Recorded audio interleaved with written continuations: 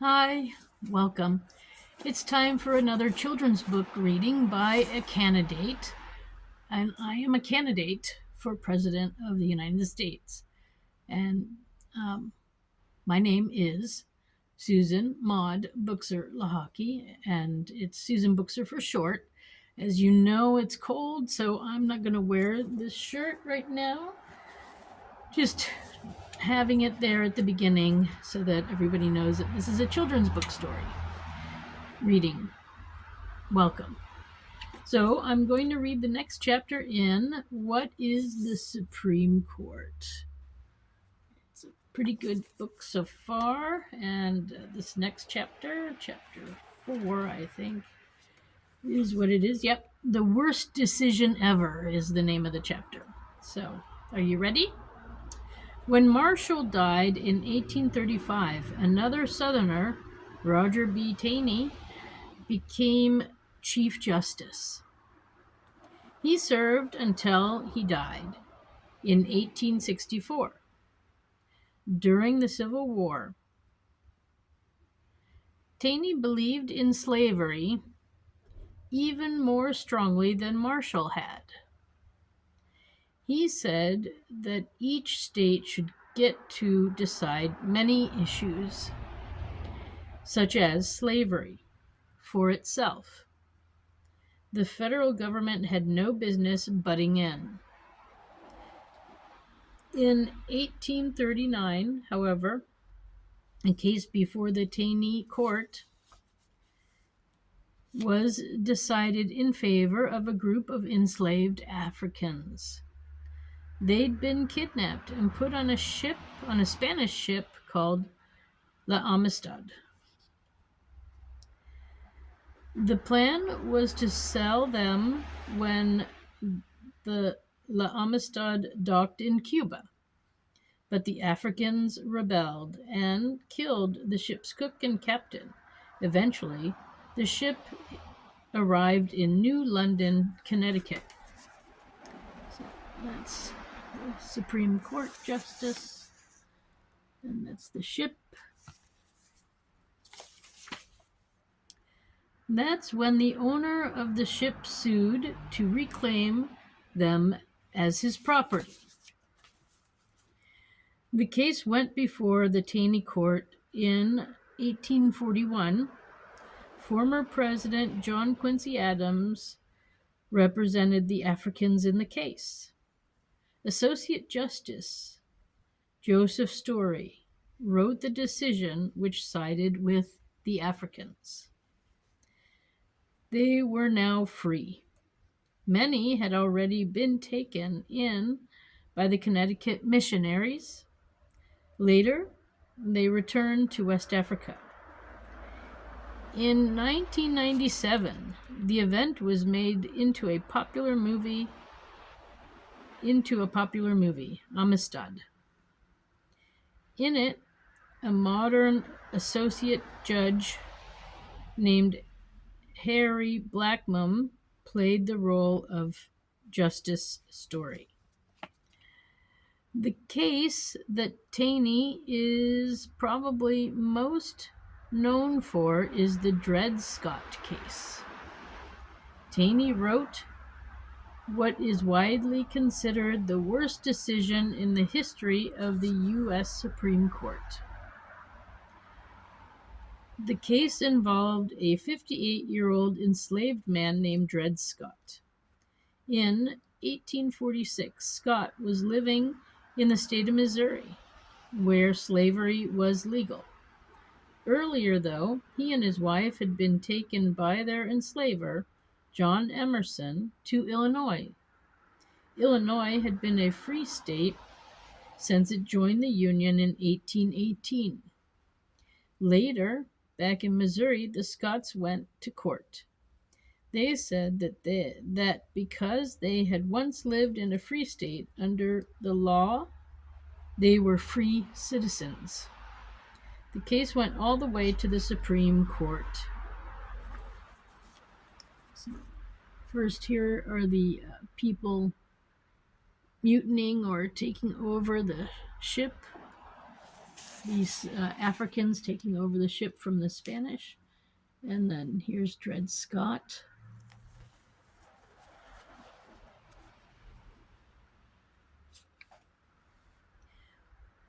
Would the court decide in Dred Scott's favor or side with the enslaver? The decision,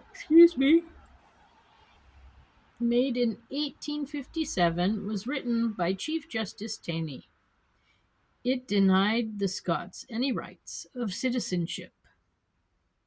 Anyone born in slavery remained enslaved, no matter what state they were in.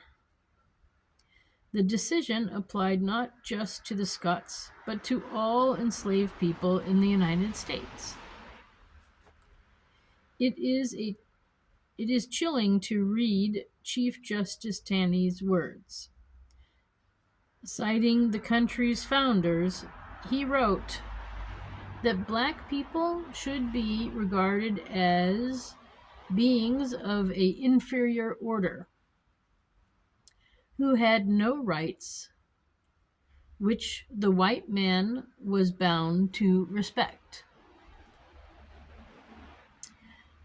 The court decided the Dred Scott case in a 7-2 majority.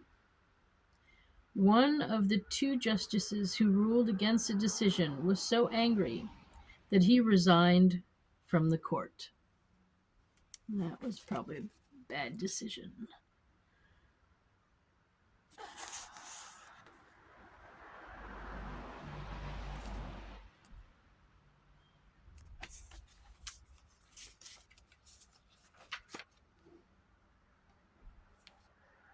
Abraham Lincoln,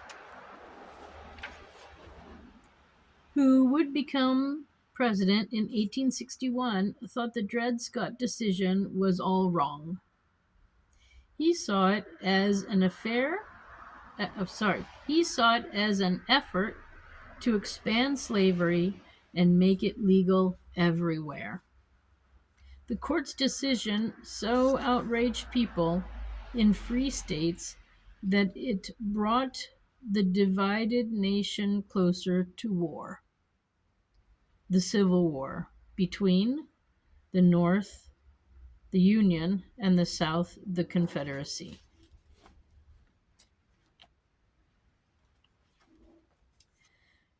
Okay, so let me show you this picture of Lincoln. And then there's a little thing about Dred Scott that I'm going to read after. And Harriet Scott. Then the Union victory in 1865 and the passing of the 13th Amendment to the Constitution afterwards ended slavery once and for all everywhere in the United States. After the war, men who had been enslaved won the right to vote. Would this bring in a new day for the United States where all people, no matter their color, would be treated as equals?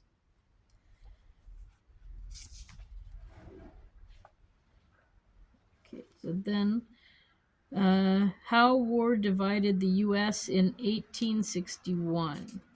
So here they have a little map of the U.S., what it was looking like at that time, and also this is their little graph about how to determine who was in the South and who was in the North, who had free and who had not free citizens. And then there's a picture of a battle going on.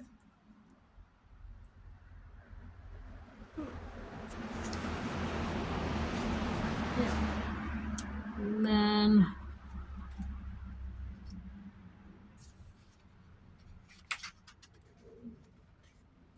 okay, so that's kind of the end of the chapter, but they have a lot of extra stories about different important people. So let me go back here to Dred and Harriet Scott. The Scots were sold to a new owner soon after the decision. The new owner paid for the couple so he could grant them their freedom. Sadly, Dred Scott lived only a short time as a free man. He died of tuberculosis in 1858. That's sad. But at least he died a free man.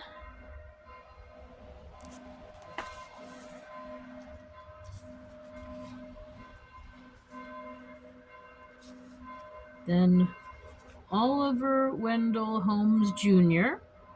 Some members of the Supreme Court actually fought in the Civil War. One was Oliver Wendell Holmes Jr., a brilliant lawyer from New England.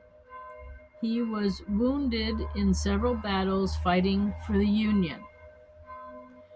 As a Supreme Court justice, Holmes believed that no justices should try to make new laws based on their own personal beliefs. Passing laws was up to Congress. This view is called judicial restraint. To restrain means to hold back. Holmes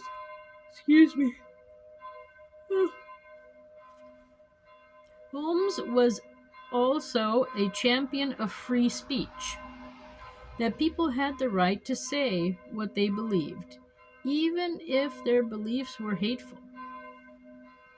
He ruled that only a clear and present danger, like shouting, fire falsely, and causing a panic in the public place, like a crowded theater, was a reason for banning speech.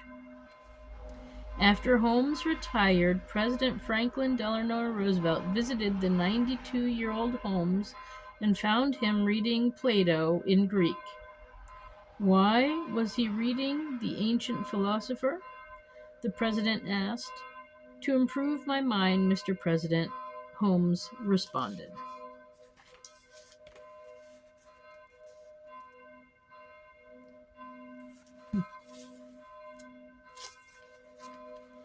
Then another extra part in this chapter, Louis Brandeis. Louis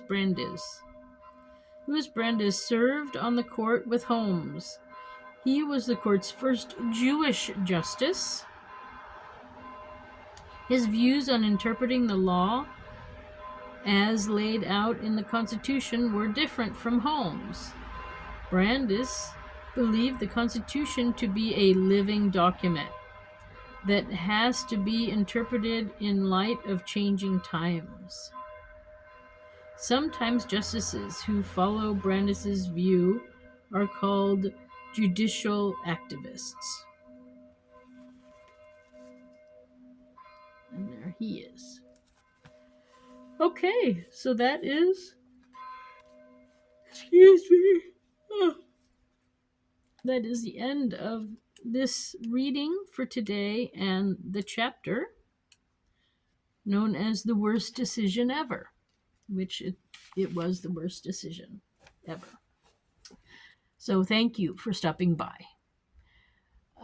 It was a pleasure reading for you, and my name is Susan Maude Buchser-Lochocki, or Susan Buchser for short, and I am a presidential candidate. The election part is over. I'm waiting for the Supreme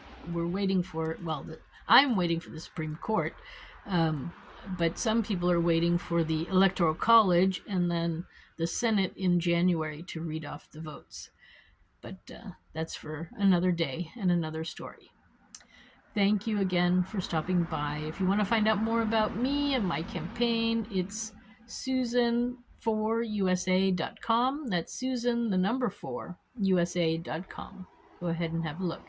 And if you like my children's book readings, don't forget to like and subscribe to my YouTube channel, wherever you're finding this, and enjoy the other stories.